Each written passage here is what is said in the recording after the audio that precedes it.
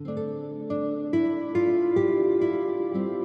whole commandment that I command you today you shall be careful to do, that you may live and multiply, and go in and possess the land that the Lord swore to give to your fathers. And you shall remember the whole way that the Lord your God has led you these 40 years in the wilderness, that he might humble you, testing you to know what was in your heart, whether you would keep his commandments or not.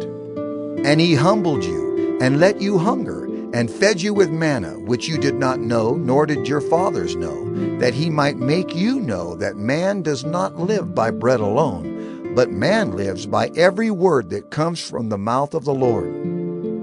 Your clothing did not wear out on you, and your foot did not swell these 40 years. Know then in your heart that as a man disciplines his son, the Lord your God disciplines you. So you shall keep the commandments of the Lord your God, by walking in his ways and by fearing him.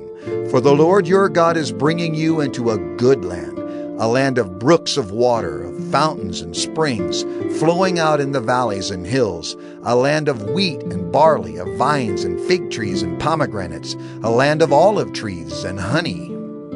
a land in which you will eat bread without scarcity, in which you will lack nothing, a land whose stones are iron, and out of whose hills you can dig copper.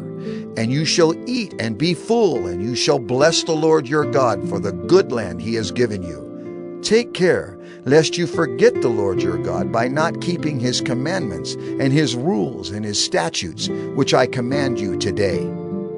Lest when you have eaten and are full and have built good houses and live in them, and when your herds and flocks multiply, and your silver and gold is multiplied, and all that you have is multiplied,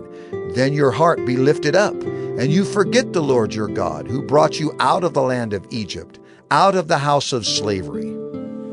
who led you through the great and terrifying wilderness, with its fiery serpents and scorpions and thirsty ground, where there was no water, who brought you water out of the flinty rock, who fed you in the wilderness with manna that your fathers did not know, that he might humble you and test you, to do you good in the end. Beware lest you say in your heart,